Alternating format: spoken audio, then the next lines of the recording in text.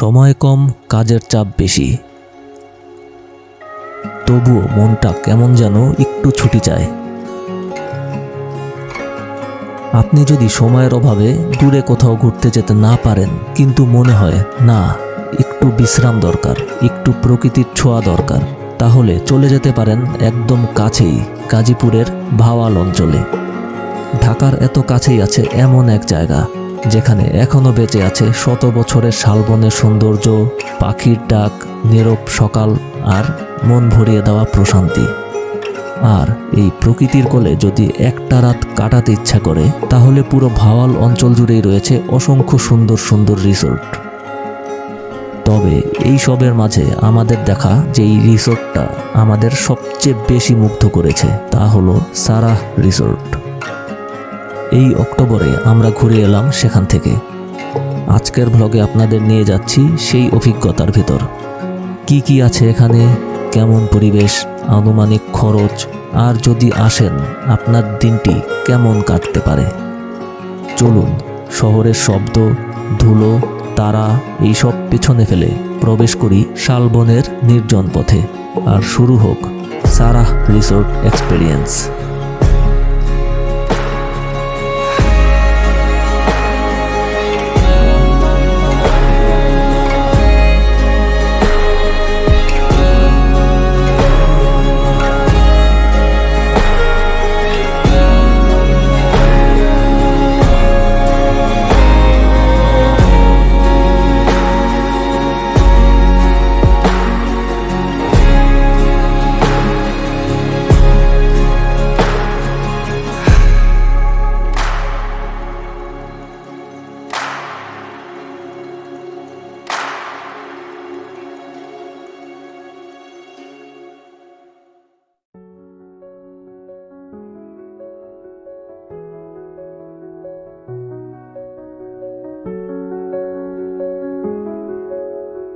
আমাদের গন্তব্য সারা রিসোর্ট গাজীপুর চৌরাস্তা থেকে প্রায় 28 কিলোমিটার দূরত্বে। চৌরাস্তা পার হয়ে এগিয়ে চললাম ভাওয়াল জাতীয় উদ্যানের দিকে। তারপর পৌঁছালাম রাজেন্দ্রপুর চৌরাস্তা। এই রাজেন্দ্রপুর চৌরাস্তা থেকে ইউটার্ন নিয়ে চলে যেতে হবে রাজেন্দ্রপুর ক্যান্টনমেন্ট বা কাপাসিয়া রোডের দিকে। গাজীপুরের ভাওয়াল অঞ্চলের রাস্তায় চলাচল আমার সব সময় ভালো লাগে। ঢাকার কংক্রিট জঙ্গল থেকে বের হয়ে যতই এই দিকে এগোবেন, ততই দুই ধারের শালবনের শান্ত স্নিগ্ধ সৌন্দর্য মনটা একদম ফ্রেশ করে দেবে। এই লম্বা লম্বা শালবনের সারি প্রতিবারই একটা অন্যরকম ভালো লাগা তৈরি করে। এই রাস্তা ধরে প্রায় 10 কিলোমিটার এগোলে পৌঁছে যাবেন রাজাবাড়ি এলাকায়। এখন আসল গল্প। রাজাবাড়ি থেকে সারাহ রিসোর্টে যাওয়ার একটা ভয়ঙ্কর খারাপ রাস্তা আছে। সেই ভাঙাচোরা রাস্তায় গাড়ি চললে গাড়ির সাসপেনশন বা যন্ত্রাংশ আলাদা হয়ে খুলে পড়তে পারে। তবে চিন্তা নেই, আরও 1 কিলোমিটার এগোলেই পাবেন পাবুর রোড। এই রাস্তাও খুব একটা ভালো না, কিন্তু আগেরটার তুলনায় মন্দের ভালো। তাই আমার সাজেশন, সারাহ রিসোর্ট গেলে পাবুর রোড দিয়ে যান।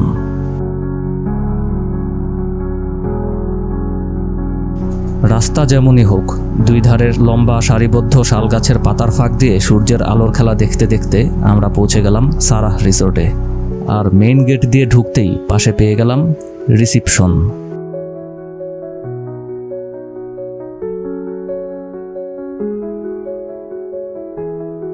রিসিপশনের ফর্মালিটি শেষ করে ওয়েলকাম ড্রিঙ্কস খেয়ে একটু রেস্ট নিলাম। বাচ্চাটা দুষ্টুমি করছিল, তাই ওকে এই কাঠের তৈরি সিংহ মামা দেখিয়ে ভয় দেখানোর চেষ্টা করলাম, কিন্তু মজার ব্যাপার হলো সে মোটেও ভয় পেল না।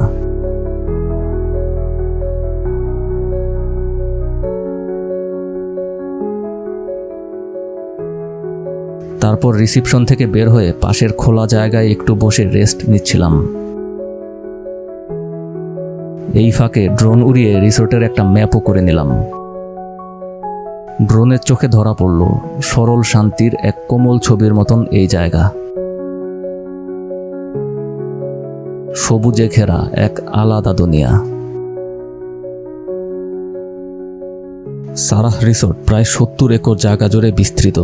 70 একর মানে প্রায় 50টা ফুটবল খেলার মাঠের সমান। শুরুতেই এই বিশাল সবুজ আর অপূর্ব সুন্দর মাঠটা দেখে আমরা পুরোপুরি মুগ্ধ হয়ে উঠলাম। মনে হচ্ছিল এই রিসোর্টের ভেতর না জানি আর কি কি চমক লুকিয়ে আছে। আমাদের রুম প্রস্তুত হতে 1টা বাজবে, তাই ভাবলাম বসে মরলে হবে না, যাই বাউন্স করে জায়গাটা ঘুরে দেখি।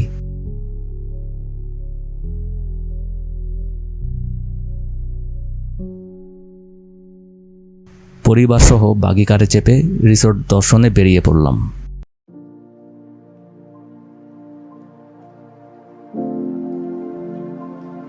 বাগি কার থেকে নেমে রাউনাফের পিছন ছুটতে ছুটতে আমাদের সময় কাটতে লাগলো।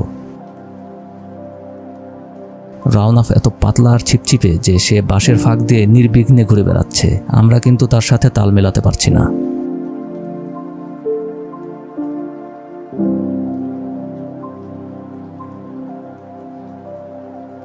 এদিক সেদিক হেঁটে বেড়াতে বেড়াতে চলে গেলাম লেকের পারে।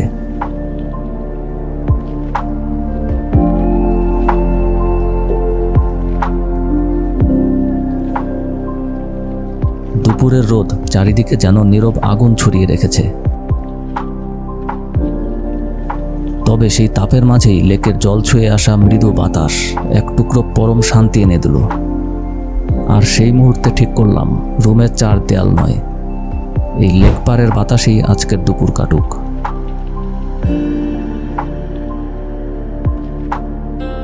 লেকের ওপারে লম্বা গাছের সারি, শান্ত সবুজের নিবিড় আলিঙ্গন। আমার ছোট্ট পাখিটাকে মানে ড্রোনটাকে আকাশে ভাসিয়ে দিলাম এই নিস্তব্ধ সৌন্দর্য আর আমাদের মুহূর্তগুলো রেকর্ড করে রাখার জন্য।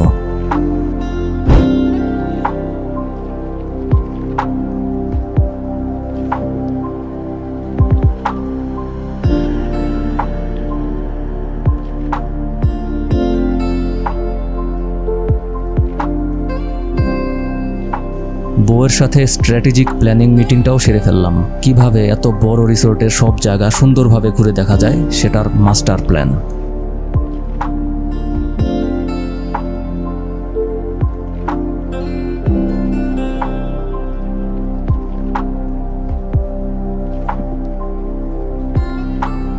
আমার বাচ্চা মুক্ত বাতাসে ফুরফুরে মেজাজে খেলে বেড়াচ্ছে, তাকে নিয়ে গেলাম মিনি চিড়িয়াখানায় হরিণ দেখাতে।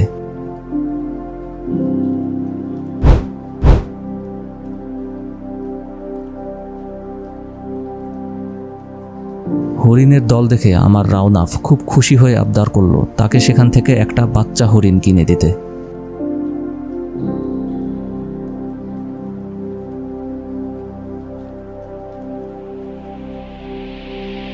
ততক্ষণে রিসিপশন থেকে ফোন দিয়ে বলল আমাদের রুম রেডি, তাই আমরা আমাদের রুমের দিকে এগিয়ে গেলাম।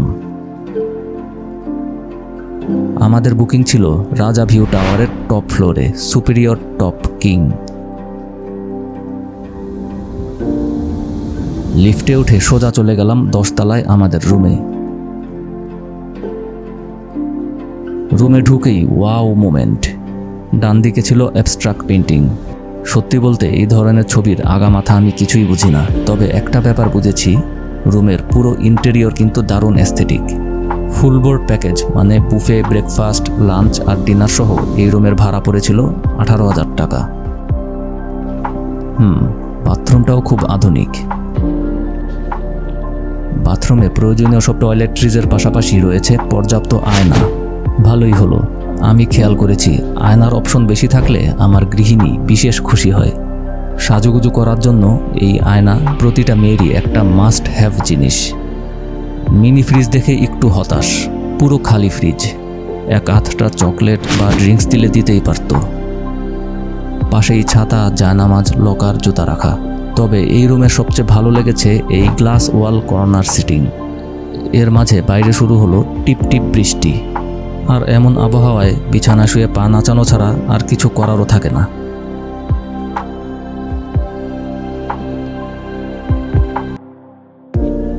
আমার গৃহিণীও এই কর্নারের প্রেমে পড়ে গেল।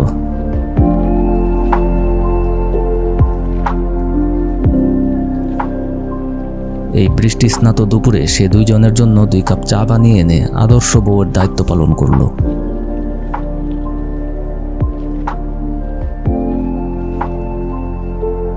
তবে এই চা খাওয়ার জন্য সবচেয়ে পারফেক্ট জায়গা হচ্ছে এই ব্যালকনিটা। উফ, চারদিকে সবুজ বন, ঠান্ডা বাতাস আর এক কাপ চা। একদম ট্রাভেল কাপল গোলস।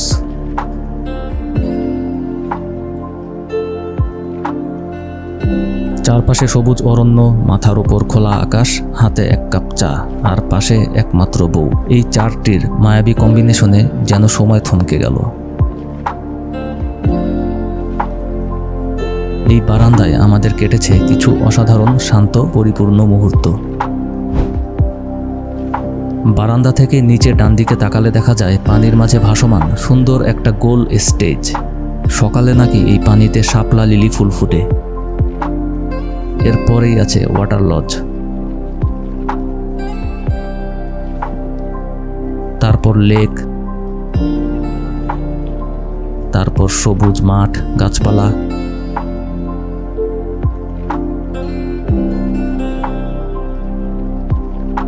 না, এখানে বসে না থেকে লাঞ্চ করে বেরিয়ে পড়তে হবে।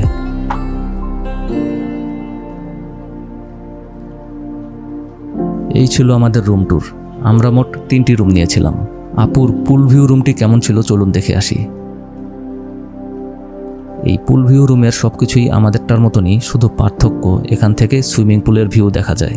আর খোলা বারান্দায় বা বারান্দার পাশের ওয়াচ টাওয়ারে দাঁড়িয়ে আপনি দেখে নিতে পারবেন চারদিকে সবুজ অরণ্যের এক ইনফিনিটি ভিউ, আর প্রাণ ভরে মুক্ত বাতাসে নিঃশ্বাস নিতে পারবেন।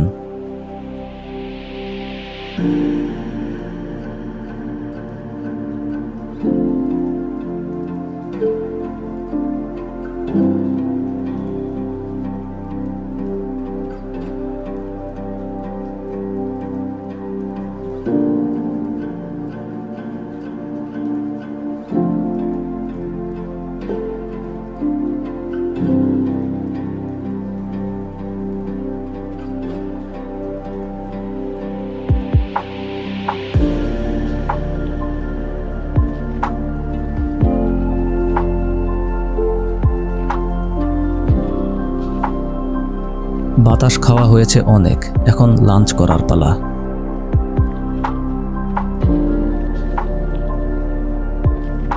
আমাদের ফুল বোর্ড প্যাকেজ নেওয়া ছিল।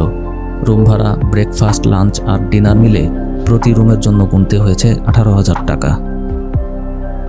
আমরা যখন গিয়েছিলাম তখন কোনো ডিসকাউন্ট ছিল না, তবে বিভিন্ন উইকডেজে বা বিভিন্ন উৎসব বা সিজন উপলক্ষে তারা ডিসকাউন্ট সহ বিভিন্ন প্যাকেজ অফার করে থাকে। আপনার আসতে চাইলে এর আগে যোগাযোগ করে তাদের বর্তমান ডিসকাউন্ট অফার আর বর্তমান প্যাকেজ সম্পর্কে জেনে নেবেন। লাঞ্চের বুফেতে অনেক আইটেম।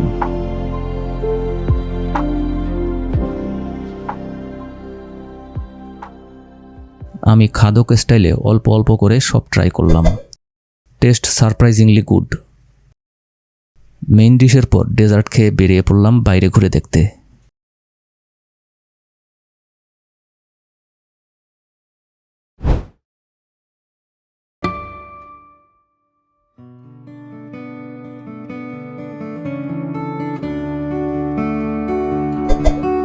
সারাহ রিসোর্টের জিপলাইন অ্যাক্টিভিটি করার ইচ্ছে ছিল, কিন্তু সন্ধ্যা হলে এটা বন্ধ হয়ে যায়। সময় সংকুলান হবে না দেখে আমরা ঠিক করলাম এখন অন্য কোনো অ্যাক্টিভিটি করব। একটা বাগি কার ডেকে চলে গেলাম আমাদের ফেভারিট অ্যাক্টিভিটি কায়াকিং করতে।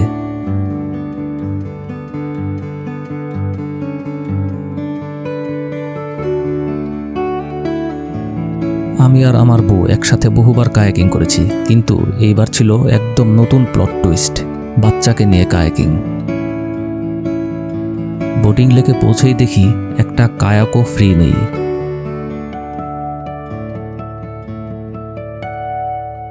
তাই লেকের পাড়ে সবুজ মাঠ ধরে হেঁটে হেঁটে কিছুক্ষণ প্রকৃতিকে উপভোগ করলাম।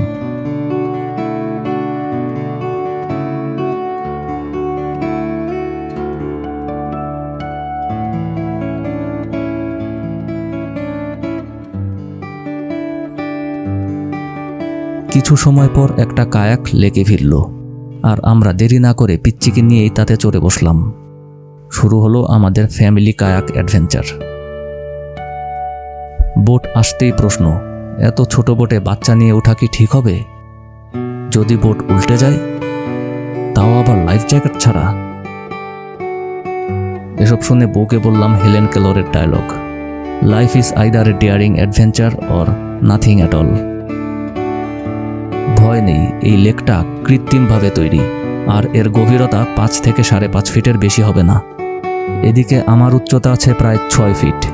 সব হিসেব করে দেখলাম, বোট যদি ডুবেও যায়, মানে একদম ওর্স্ট কেস সিনারিওতে, আমি আমার বউ সন্তানকে বাঁচাতে পারবো ইনশাল্লাহ।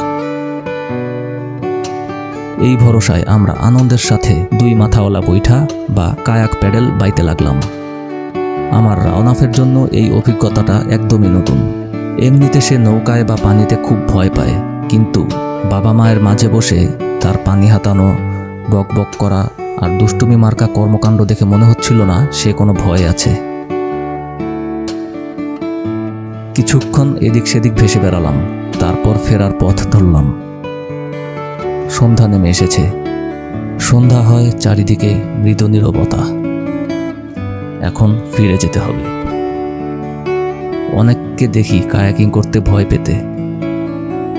সত্যি কথা বলতে প্রথমবার ব্যালেন্স রাখা একটু চ্যালেঞ্জিং লাগতে পারে, কিন্তু সঠিক পজিশন, স্ট্রোক আর শরীরের ভারসাম্য ঠিক রাখলে বিষয়টা বেশ সহজ। কায়াক ব্যালেন্স করার গোল্ডেন রুল হচ্ছে, ব্যালেন্স করতে হবে কোমর দিয়ে, কাঁধ দিয়ে নয়। গা একদম শক্ত করে বসবেন না, রিল্যাক্স থাকবেন। আপনি যত রিল্যাক্স থাকবেন, কায়াক নিজেই ভারসাম্য ধরে রাখবে। আর কিছু বেসিক টিপস দেই। পিঠ সোজা রাখবেন, প্যাডেল বেশি জোরে চেপে ধরবেন না, হালকা গ্রিপ ব্যালেন্সে সাহায্য করে। আর 2 পাশেই সমান স্ট্রোক দিবেন, এক পাশে বেশি টানলেই কায়াক ঘুরে যাবে। নৌকা কোন দিকে যাবে? ছোট্ট লজিক। ডান পাশে স্ট্রোক দিলে কায়াক বামে যাবে, আর বাম পাশে স্ট্রোক দিলে কায়াক ডানে যাবে।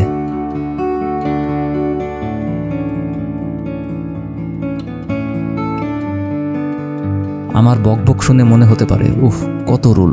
আসলে ব্যাপারটা অনেক সহজ, নিজে একবার নামলেই বুঝে যাবেন। তাই সুযোগ পেলে একবার কায়াকিং ট্রাই করে দেখুন, ভালো লাগবে, আবার একটু নেশাও ধরে যাবে।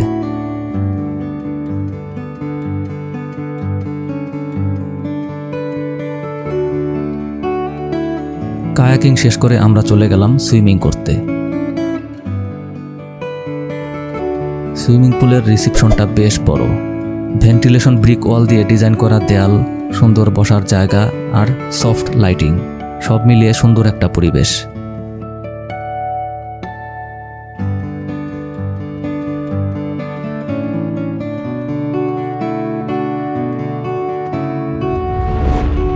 ভেতরে আছে মূল সুইমিং পুল আর বাচ্চাদের জন্য কিডস পুল।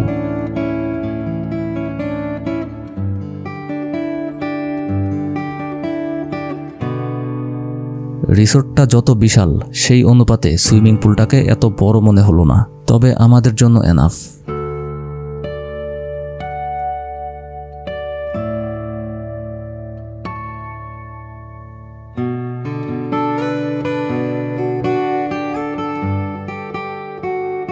দুই বোন পানিতে নেমে খুব খুশি।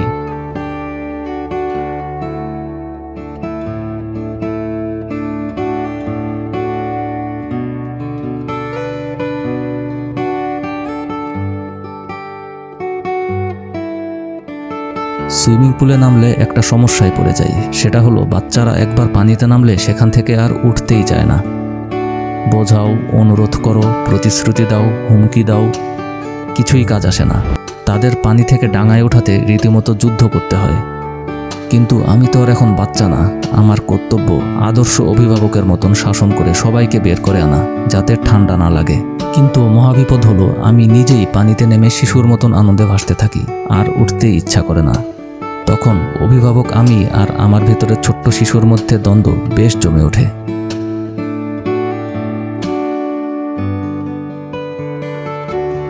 সুইমিং পুলের পাশেই মৃদু গরম পানির বুদবুদে জাকুজি করার ব্যবস্থা রয়েছে।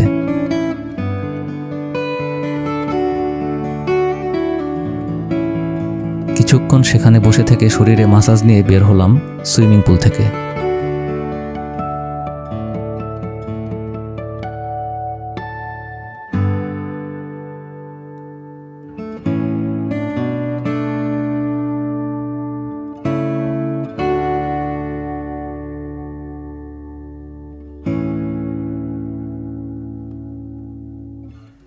আর বৃষ্টির নরম ফোঁটা গায়ে মেখে ধীরে ধীরে হাঁটতে হাঁটতে ফিরলাম রুমের পথে।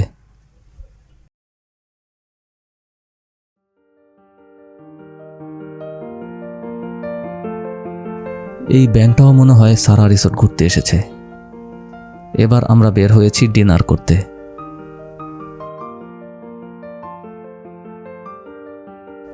রেস্টুরেন্টের রাতের পরিবেশটা বেশ প্রাণবন্ত লাগছিল। হালকা আলো, হাসি, আনন্দ।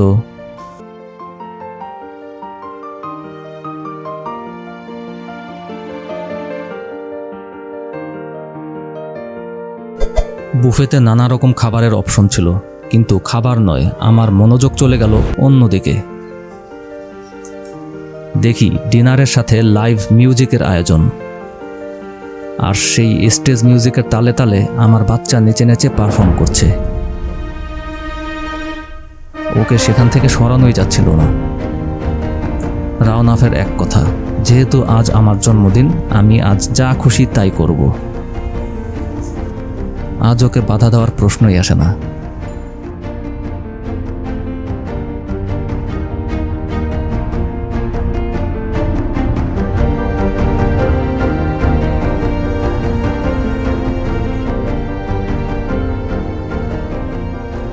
আর রাওনাফের জন্মদিন শুনে স্টেজের আর্টিস্টরা ওকে ডেডিকেট করে গিয়ে শোনালো বাংলাদেশের সেই বিখ্যাত জন্মদিনের জাতীয় সঙ্গীত।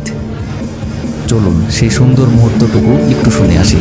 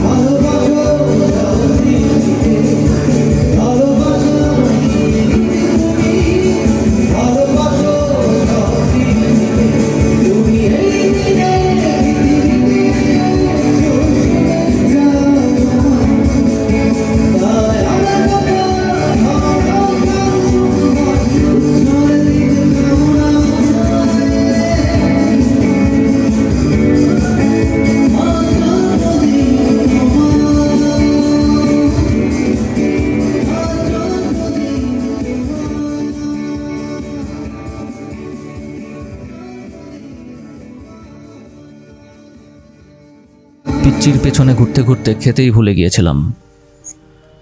তাড়াতাড়ি করে কিছু খেয়ে বিভিন্ন টাইপের ডেজার্ট আইটেমের পসরা সাজিয়ে নিয়ে বসলাম গান শুনতে। ছোটবেলায় বাংলাদেশ বেতারের একটা প্রোগ্রাম ছিল, অনুরোধের আসর, সেটার কথা মনে পড়ে গেল। আমরা দর্শকরা সেরকমই আর্টিস্টদের বিভিন্ন গান গাওয়ার জন্য অনুরোধ করলাম, আর তারাও একের পর এক তুমুল পারফরমেন্স করতে লাগলো।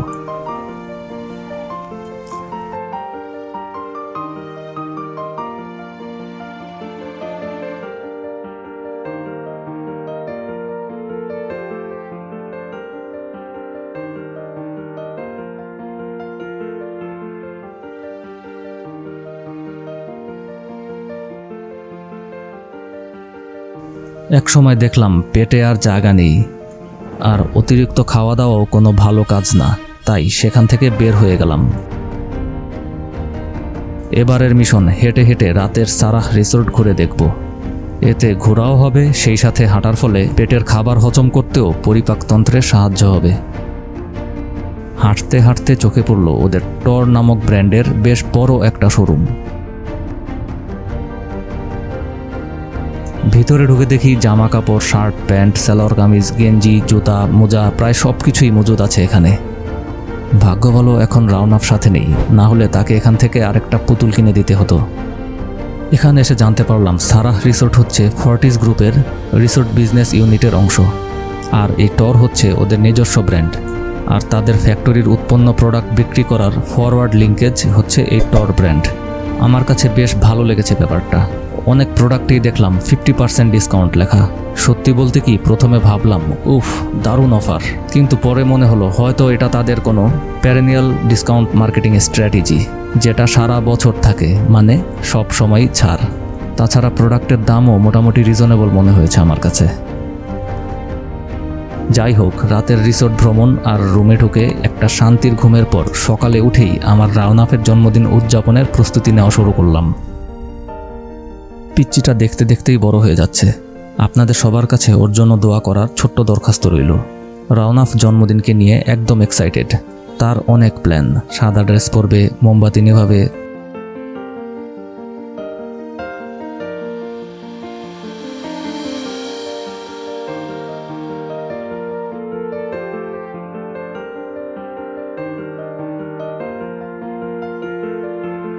তারপর তার ফেভারিট স্নো হোয়াইট কস্টিউম পরে কেক কেটে আনন্দ করবে। সব কিছুতেই যেন পিচ্চির আনন্দের কোনো সীমা নেই। ছোট্ট একটা কেক কেটে সবাই মিলে একটু খেয়ে নিলাম।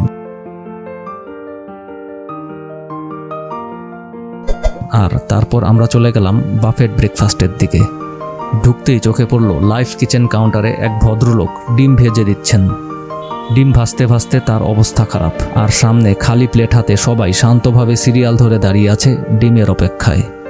আর আমার ছোট্ট স্নো হোয়াইট তো খাবারের দিকে চোখই তুলছে না, শুধু বিটরুটের আচার খাওয়ার জন্য পাগলামি করছে। সত্যি এখানে ব্রেকফাস্টের জন্য যা যা সম্ভব প্রায় সবই ছিল। একটা বড় টেবিল জুড়ে সাজানো ছিল বিভিন্ন ধরনের তাজা ব্রেড আর কেক।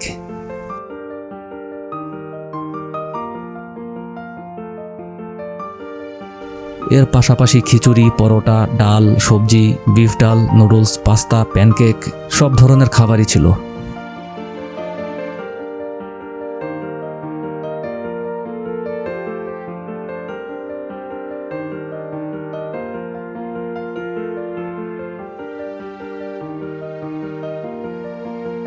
ফলের মধ্যে ছিল তরমুজ, আনারস, আপেল, কমলা, পেয়ারা।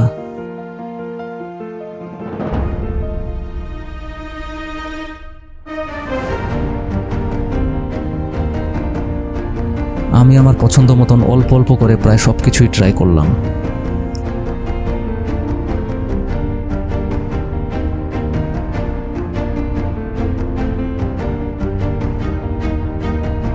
খাওয়া শেষ করে একটু ভাবতে লাগলাম এবার কি করব।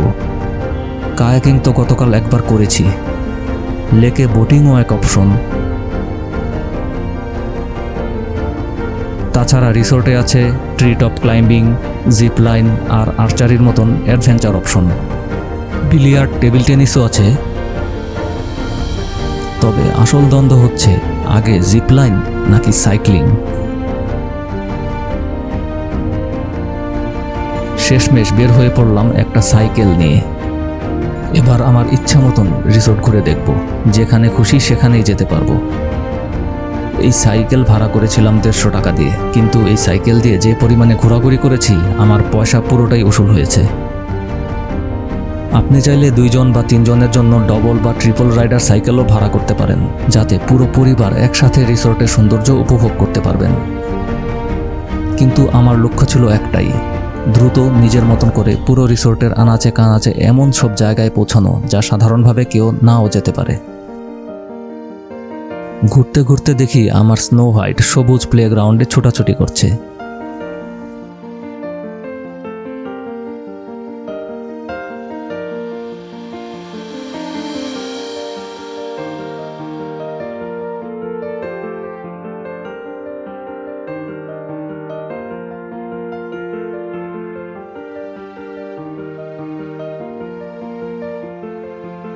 ওকে একটু সাইকেলে ঘুরিয়ে দেওয়ার পর আমি আবার বের হলাম নতুন দূরের যাত্রায়, রিসোর্টের প্রতিটি কোণা নিজের চোখে দেখতে।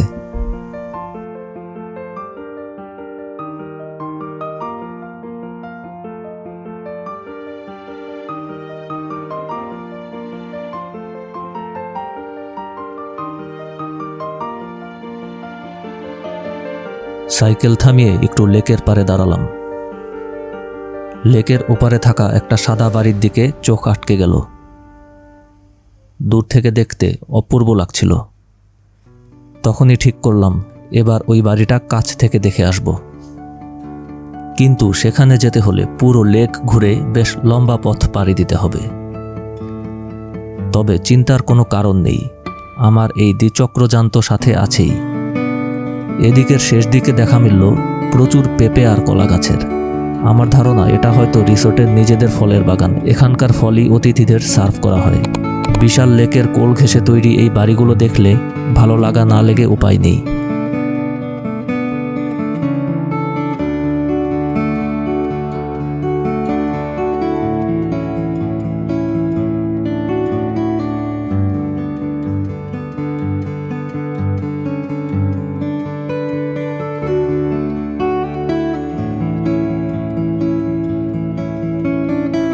চলতে চলতে চোখ আটকে গেল এক সুন্দর খোলা মাঠের দিকে। এখানে নানা রকম অ্যাক্টিভিটি করার সুযোগ আছে। মনে হচ্ছিল সামনে আরও কিছু ইন্টারেস্টিং জিনিস অপেক্ষা করছে।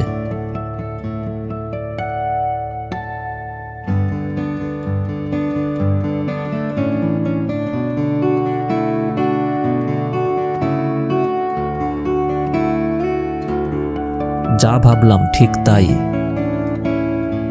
আরও একটু এগুতেই চোখে পড়ল ট্রি হাউস আর তার চারপাশে থাকা গাছে ক্লাইম্বিং করার বিভিন্ন ব্যবস্থা। আমি নিশ্চিত না এখানে অ্যাক্টিভিটিগুলো করতে আলাদা খরচ লাগে কিনা। বৃষ্টির পর আশেপাশে কাউকে দেখা যাচ্ছিল না, জিজ্ঞেস করার সুযোগও পেলাম না। কিন্তু কৌতূহল তো থেমে থাকে না, তাই নিজেই সিদ্ধান্ত নিলাম উঠে দেখি কি আছে উপরে। একটা দড়ি জড়ানো সিঁড়ি ছিল একটু লড়ফড়ে, সেটা বেয়ে বেয়ে ধীরে ধীরে উপরে উঠলাম।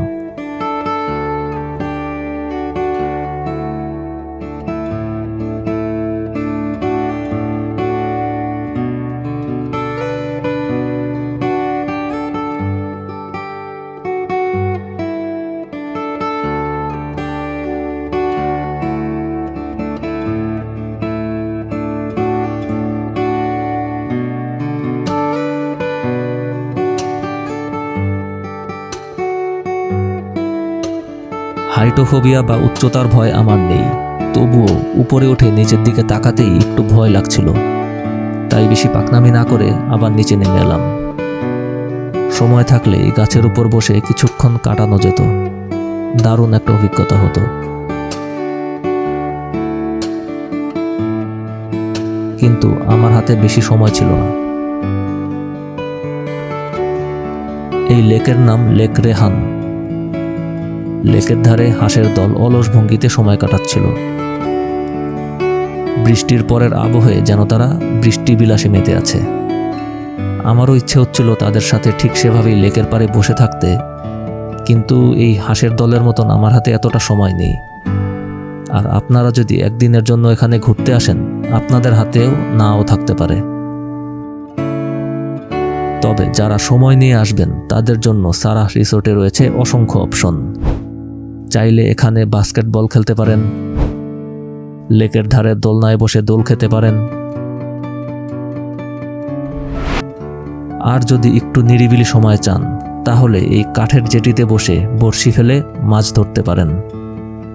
সত্যি কথা বলতে করার মতন অনেক কিছুই আছে যদি হাতে সময় থাকে।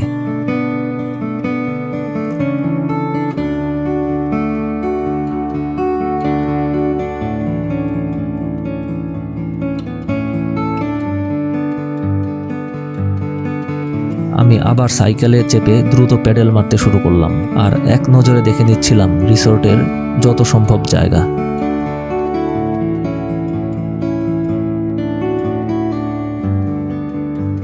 চলতে চলতে হঠাৎ করেই কানে এলো হাঁস আর মুরগির ডাক। কৌতূহলবশত এগিয়ে দেখি এক বিশাল একটা হাঁসের খামার।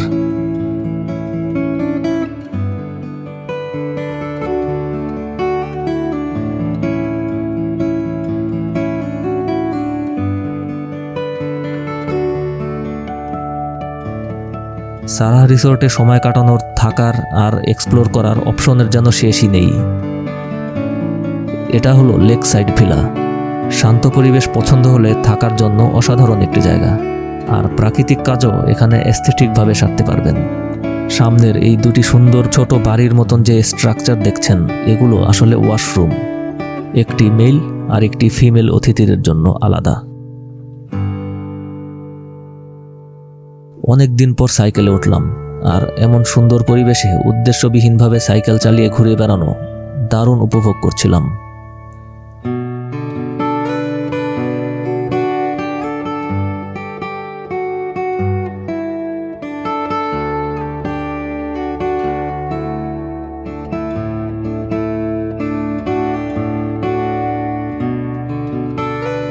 একসময় লেকের অন্য পার থেকে যে বাড়িটা দেখেছিলাম, সাইকেল চালাতে চালাতে শেষ পর্যন্ত ঠিক সেই বাড়িটার সামনে এসেই থামলাম। এটা পানির উপর ভাসমান একটি বাড়ি, হাউস বোট। জানতে পারলাম উইকেন্ডে এই ভাসমান বাড়িতে এক রাত থাকতে চাইলে খরচ পড়বে প্রায় 20,000 টাকা।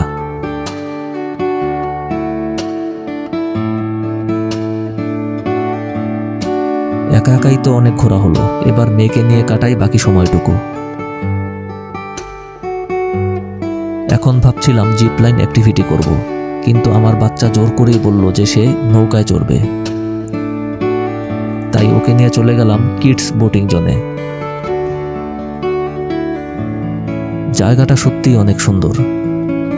এখানে পানির গভীরতাও কম, তাই ছোট বাচ্চারা নিরাপদে নৌকা চালাতে পারে। কিন্তু আমার পিচ্চির মনে ছিল গতকালের সেই লেক। ওর একটাই চাওয়া, ওপাশের লেকে আবারও কায়াকিং করবে।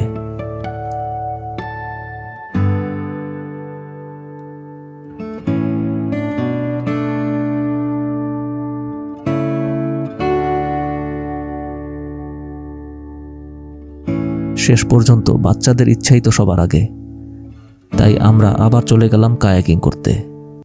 পিচ্চিকে সাথে নিয়ে আবার চড়ে বসলাম কায়াক বোটে।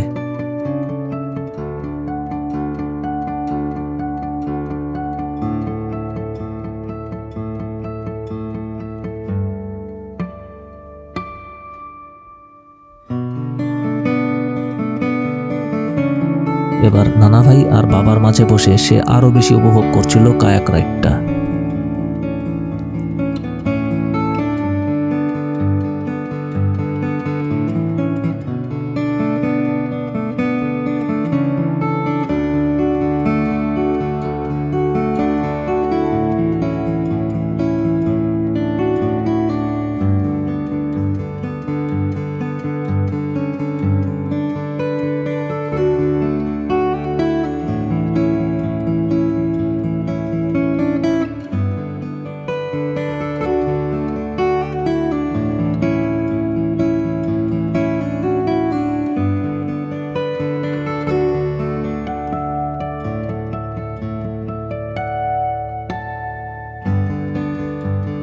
সারাহ রিসোর্টের এই বিশাল সবুজ মাঠগুলো দেখলে সত্যিই মনে হবে দেশে নয়, যেন বিদেশের কোনো রিসোর্ট টাউনে আছি।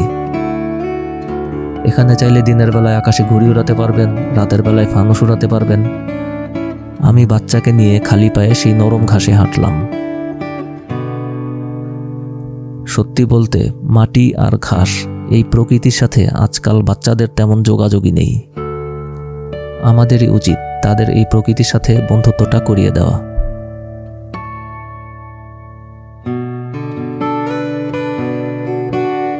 সারাহ রিসোর্টের এই জায়গাটা আমার বাচ্চার ভীষণ পছন্দ হয়েছিল।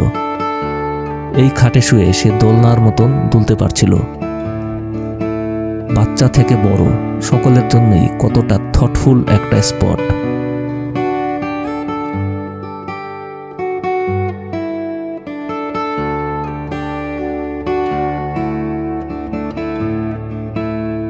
পাশেই বাধাই করা পুকুর, তার ধারে সারি সারি সুপারি আর নারিকেল গাছ।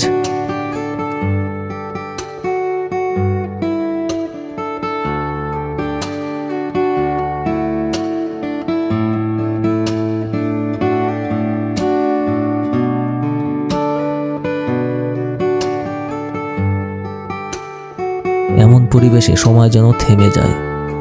চারদিকে সবুজ, শান্ত আর প্রশান্তির বাতাস। আলহামদুলিল্লাহ, মহান সৃষ্টিকর্তা আমার পরিবার সহ এমন সুন্দর সময় কাটানোর সুযোগ দিয়েছেন।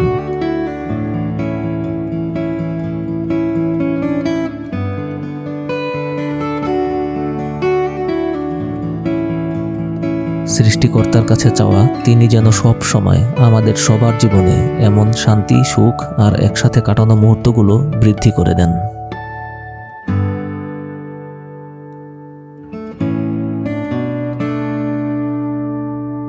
সবাই ভালো থাকবেন। ইনশাল্লাহ দেখা হবে নতুন কোনো গল্পে।